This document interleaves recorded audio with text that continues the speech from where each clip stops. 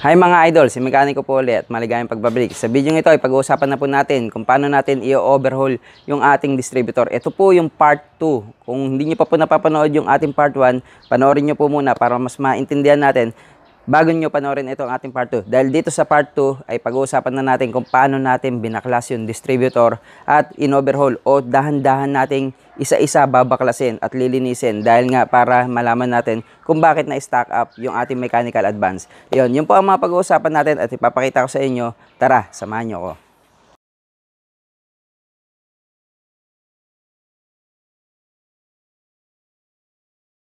Ang una nyong gagawin dito ay iset muna pala sa 10 degrees before top dead center bago tayo magbaklas. 10 degrees before top dead center. Yung iba ginagawa sa top dead center pero ako sa 10 degrees before top dead center kasi yun ang sabi sa manual. Ngayon, siguraduhin nyo rin, hindi ko na ipapakita kung paano ko in-adjust yung 10 degrees before top dead center doon sa may crank kasi meron naman tayong video nauna na tinalakay natin yun. Ngayon, ang pag-uusapan na lang natin ay ito. Dapat din, ito, makita ninyo na nakaturo sa uno. Di ba nga, tinuro ko na rin yan na ito, yung first spark plug natin. Ito, yung unang spark plug.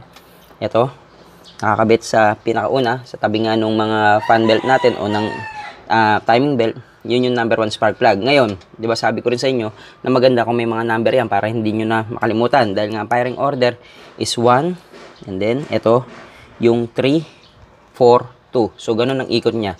Counterclockwise. Doon, ang ikot ay clockwise. Kung doon kayo nakaharap sa may, dito sa may pulley, crankshaft pulley, ang ikot niya is clockwise. Ngayon, kapag dito naman kayo nakaharap dito, ang ikot niya ay counterclockwise. So, malalaman nyo naman kasi nga, tingnan nyo lang tong wiring na to, yung pagkakabit ng ating high tension wire, makikita nyo, 1, ang kasunod niyan, 3. Dahil yun ang firing order eh. 1, 3, 4, 2. Yun ang firing order. Ngayon, kailangan, pag binuksan nyo yan, pag nag-set nga kayo ng 10 degrees before top dead center, ay nakaturo to sa number 1 na, high tension wire. So, nakatutok yan dyan. Okay, so ang una natin kailangan gawin ay hugutin natin. So, bago hugutin, maganda. Kung hindi kayo sigurado, picturean nyo muna. Dahil baka magkamali kayo, picturean nyo muna. Ngayon, yan, ang una, tanggalin natin itong mga wiring nya. Yan, tanggalin natin to.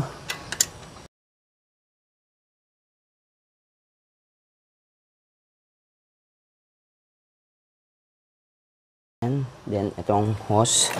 Yan, tanggalin natin. And luwagan natin to. Karaniwan naman, isa lang ang tornilyo nito. At kung may pagkakataon makabili pala kayo ng oil seal nito, may oil seal to. Ngayon, kung may pagkakataon makabili kayo, mas maganda, palitan nyo na kasi baka mayroong tagas yan. So yan, ganyan lang. Ito, gilid nyo muna. And then, hugutin lang. Hugutin natin yun. Yan. Ganyan. Ganyan ang advancer ng, ang distributor ng 2E engine. Ito, sasakyan natin ginagawa ay Corolla 2E 1.3. Small body. So, yan. Yung iba, granahe to. Pero ito kasi, ganyan lang. So, medyo mas madaling ibalik. Yung nakagarahe, itututok nyo lang naman din yun. May mga marka yun. Ngayon, pagkatusok nyo, babalik siya ng ganyan. Pero mamaya na natin discuss yun. Ito muna. So, ito, yung oil seal na to, mas maganda kung mapapalitan nyo na kasi nagkakaroon ng tagas yan dyan eh. Okay? So tara, buklatin natin to. Tignan natin yung mechanical advancer. So ang una natin kailangan gawin, baklasin muna natin kung ano yung mga nakakabit dyan. Tulad nito. Yan, pwede natin baklasin yan. Itong ating octane selector, pwede rin natin baklasin yan. Octane selector. Tapos ito, itong condenser. Pwede natin baklasin yan. Yan mga idol, paalala lang. Maganda, picturean nyo muna. Kung hindi kayo sigurado sa inyong gagawin, picturean nyo muna para walang pyesa. Yan. Tapos, yan, yung mga pyesa. Lagay sa mga lalagyan. Ito. Then, ito, pwede nating higupin. Hilain. So, yan. Yan kung papansinin ninyo, yan yan yung vacuum advance natin. So, Ang technique daw dito is pwede mo higupin dito. Higupin mo kung gagalaw to. Kapag kayan may singaw at hindi gumalaw, sira na, kailangan palitan. So yan, katulad nga yan, no? Kung paano testingin to, yan, nilagyan ko ng hose para mahigop natin. Ngayon, kasi may gamit talagang panghigop pero syempre, DIY tayo, wala tayo nun. So pwede nyo na mahigupin ng labi ninyo o bunganga ninyo. Yan, higupin natin, papakita ko sa inyo na gagalaw to. Dapat walang singaw, dapat gagalaw yan. Pagka hindi ang gumalaw, ibig sabihin singaw, palitin tong vacuum advance. So yan, katulad na to. Yan yan, nakita nyo, gumagalaw pag hinigop. Yan, yun. Ibig sabihin, tas hindi nyo mararamdaman na may singaw Yan, halos nag-i-stay siya ng ganun. Yan, hindi siya sumisingaw. So yun, ganun lang para matesting natin kung gumagana tong vacuum. So ngayon, sigurado na tayong gumagana to. Tignan naman natin itong mechanical advancer niya. Kasi yan kanina nung pinihit natin niya, hindi siya napihit ng pagganon. So malamang stack up So yun, ngayon papakita natin kung paano naman baklasin. Katulad nito, baklasin natin muna itong contact point. Yan, contact point. Oops. Yan. Tornilyo, then yung contact point. Yan, pagka natanggal nyo na, tanggalin din natin itong sa may advancer nya, vacuum advance, yung pinakapumipihit. Yan. Then ito, yan force clip lang naman, tanggalin nyo rin yan. Then yung naglalak dito, yan yung naglalak dito para mahugot, ito, itong dalawang to, yan, tanggalin din natin. Okay. Yan. Yan, itong isang to.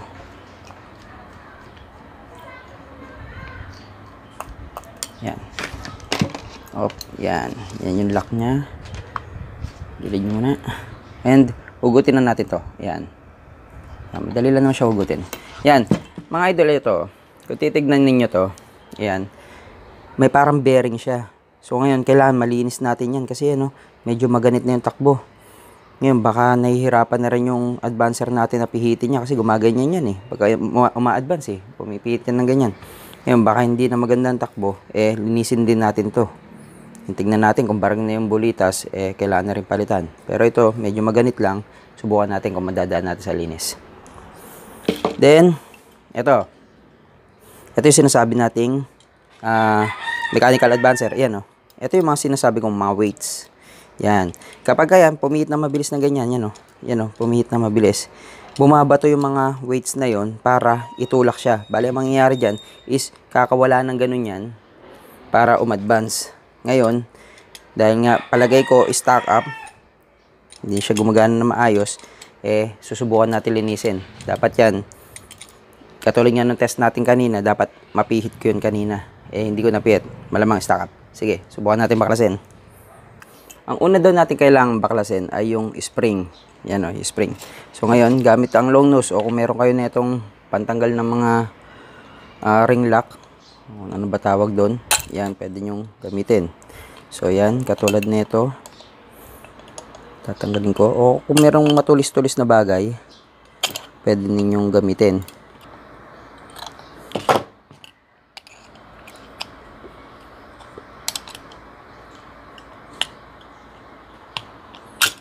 Okay. Okay.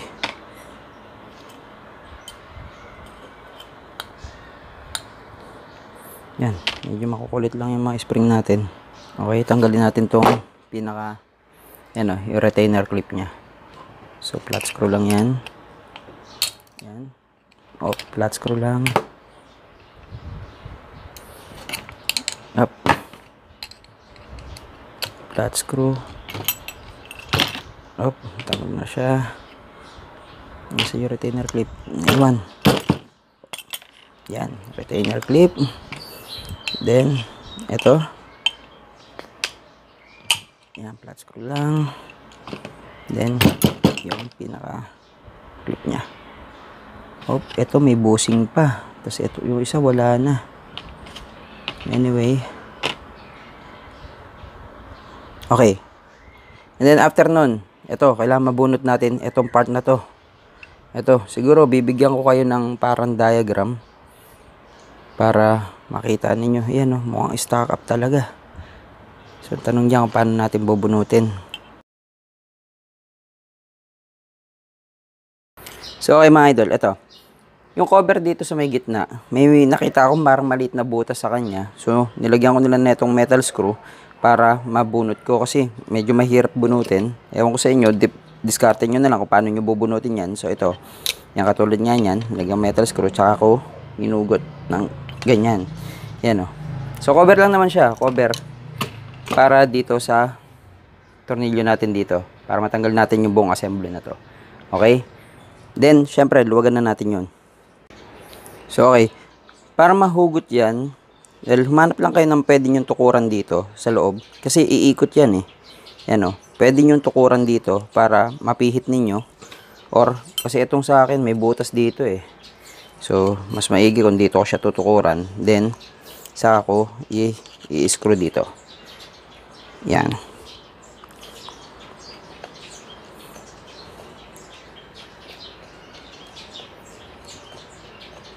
Yan. Mukhang okay naman siya. Okay na siya. Malambot na eh. Umangat na rin. Mukhang maluwag na. So, okay. Hindi na lang mabunot yung tornilyo. Okay. Basta ito magawa na siya. Yan. Okay. Ang tornilyo niya. Then, ayan. Subukan na natin kung paano natin mabubunot. So, okay mga idol, no? Ito, yan, katulad niya, no? Ito, nahugot na natin. Yan, nakasalpak yan ng ganyan. Tapos, kailangan mahugot natin. Ngayon, ang mangyayari sana, babaklasin ko sana pati ito. Yung sambong assembly, itong shaft. Kaso, medyo mahirap nang tanggalin kasi nanikit na siguro yung mga tornilyo. Kahit ginamitan ko ng shock drive, bibilog na siya. And wala naman ako nakikita masyadong sira sa part na to. Wala naman din siyang alog. So, hindi ko na babaklasin.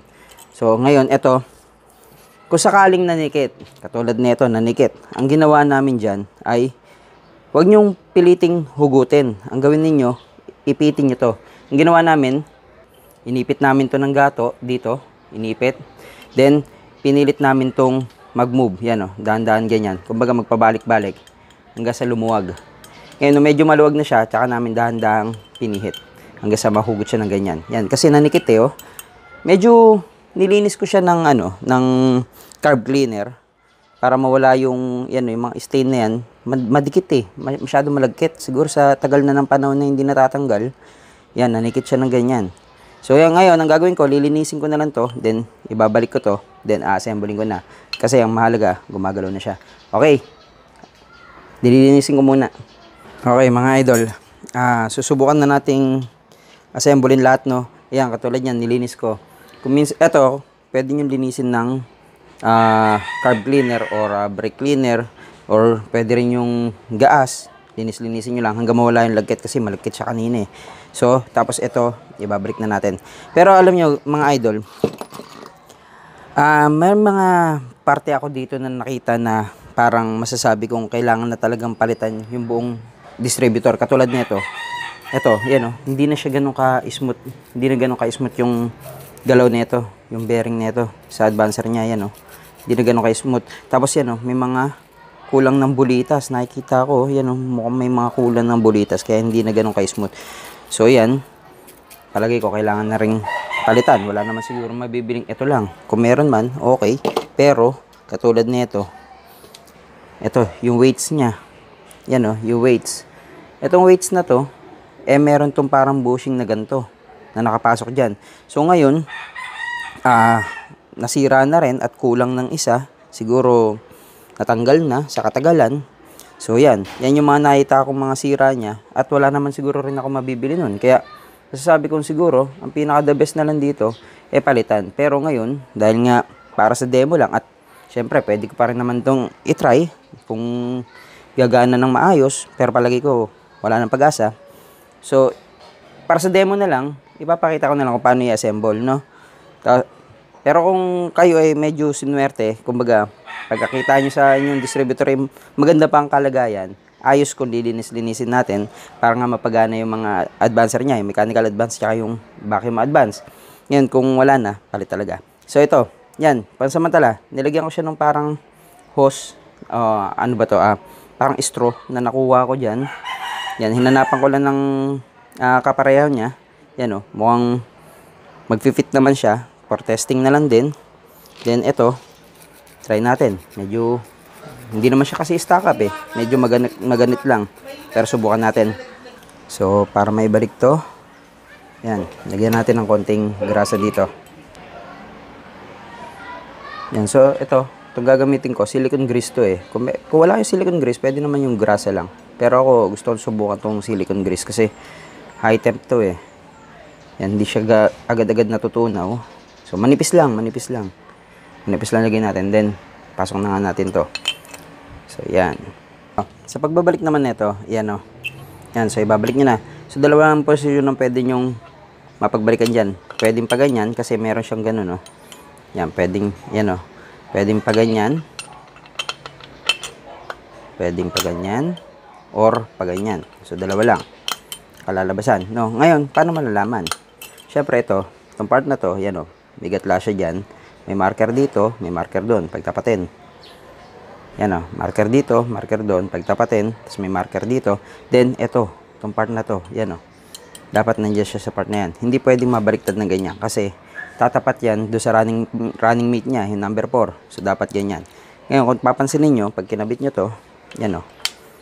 Nasa number 1 siya. Kasi kapag kinabit natin yan, nakaganyan yan. Malalaman nyo na ito yung number 1 eh. O, yan. Yan o. Pagtatapatin nyo lang. Yan, hanggang dito. Yan. Pagkakabit nyo yan, ito, lipat na tayo sa sumunod. Okay. So, yan. Kinabit natin. Ito yung ganyan yung pagkakakabit niya.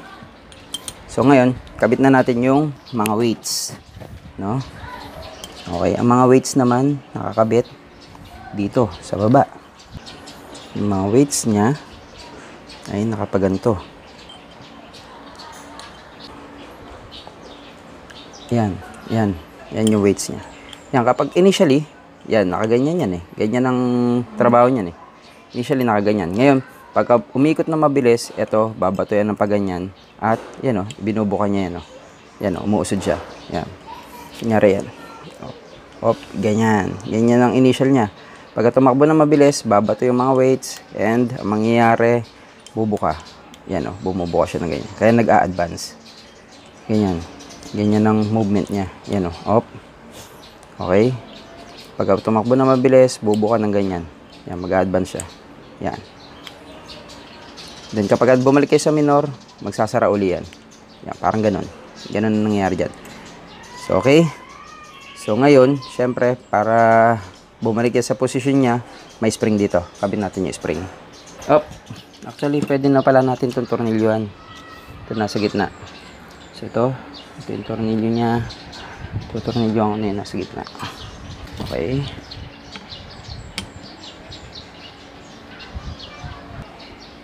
Ito yung lock ng weights. Yan, katulad yan. Ito yung lock. Pasok lang natin. So, yan. Pagkalagay natin ng mga weights, may lock na. At lagay na natin yung spring. Yung spring niya ay dyan din sa weights nakalagay. Yan o. Spring na yan. Dyan din sa may weights. So, yan. Kakabit natin. Okay. Kabit ko muna. So, okay. Yan. Nakabit na natin yung mga spring, no? Pagkakabit natin ng spring, then, eto na. So, yan. Tapat natin dito sa may pinaka mga hukay niya. Yan o. Tatapat natin sa mga hukay. Yan. Dapat, yan. Maginhawa yung pasok niya kapag kaya, no? Pagkatama. Maginhawa yung pasok. Yan. Yung. Yan. Tapos ito, syempre yan. Na-adjust naman yan eh. So, walang problema. Okay. Then, lagay na natin yung pinaka-lock niya. Dito.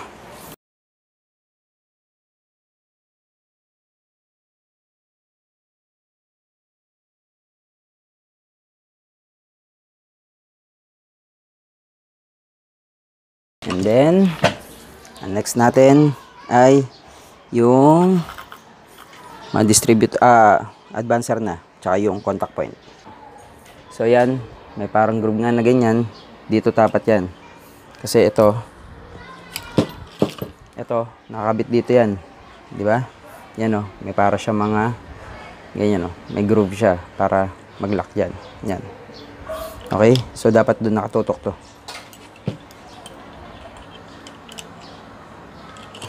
So yan.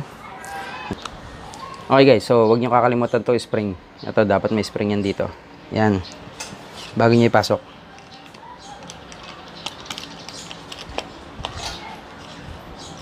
Yan.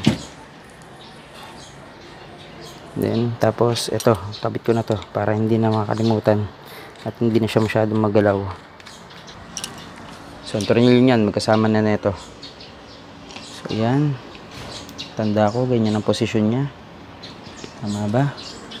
Papunta. Okay, papunta dyan. Tama. So, ayan.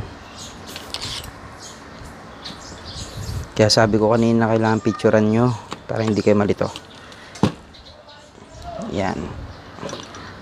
Okay. And then, ito. Kabit natin ito. Yan. Oops. Pwede ko na lang sigurong ikabit muna ito habang wala pa. Yan. Ay, nakaganyan. Yan. Yan. Para hindi na siya mawala. Ikabit na siya yung ganyan. Ay yung ating contact point.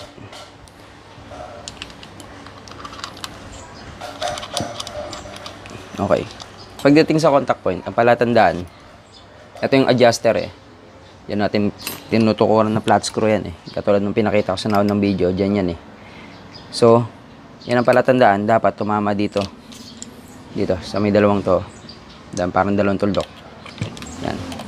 Dapat yan, nakaganyan. Op. Kasi yan yung, ganyan yan yun. Umuusod-usod na ganyan yan. Pagka ini-screw dito eh. Yan o, gumaganyan-ganyan yan. Okay.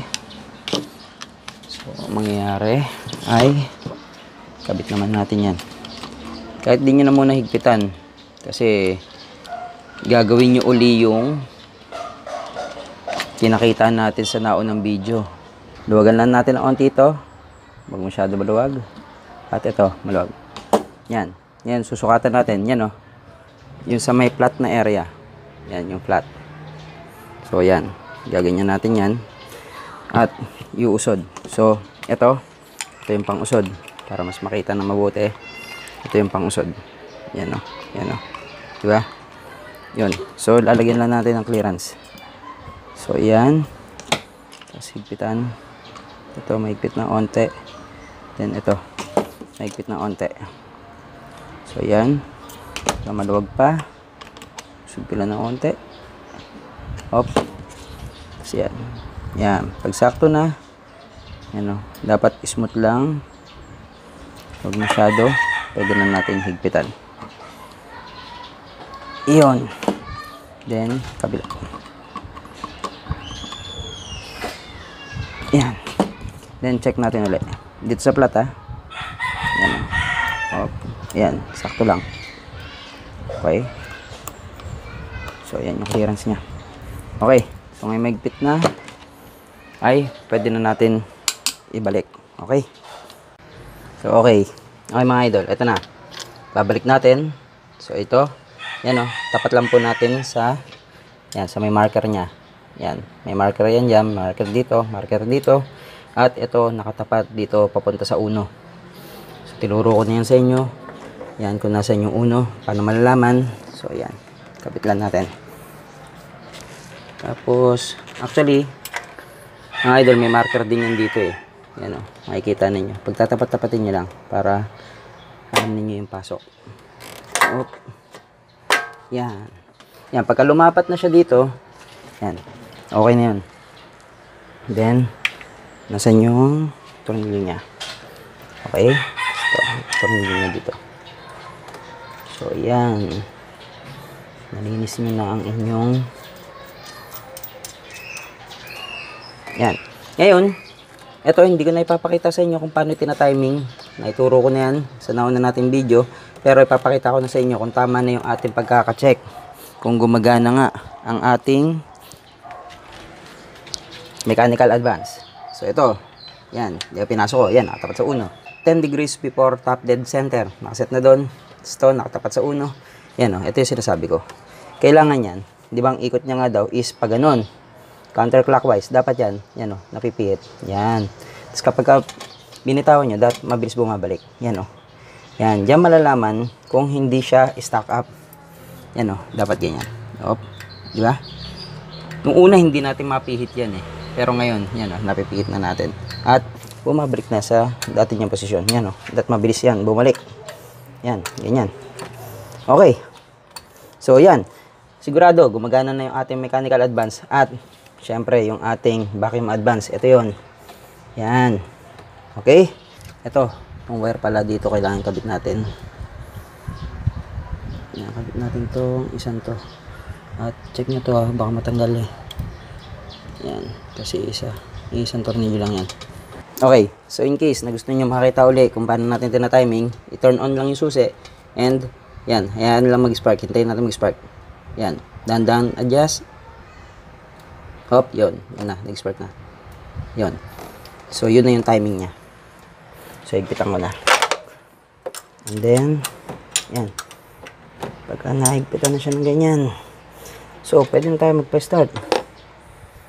Okay. So, nasa yung distributor cap. Balik natin distributor cap.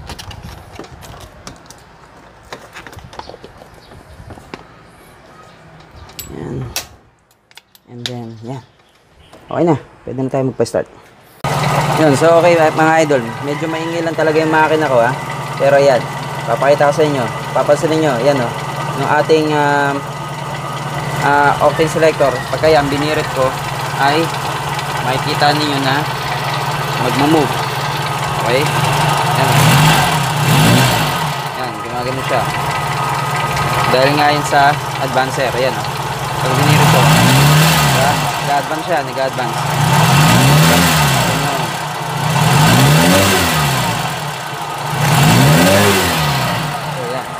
Okay mga idol, yun lang po muna mga ipapakita ko sa inyo, yun lang po muna yung may share ko tungkol sa mga distributor. At sana po ay napanood nyo na nga po yung part 1 at saka nyo po panoorin itong part 2. Ayun po, maraming salamat po at yung mga hindi pa nakaka-subscribe, please subscribe at panoorin nyo po yung mga iba pa nating video at yung mga susunod pa nating video i-upload. Maraming salamat po mga idol.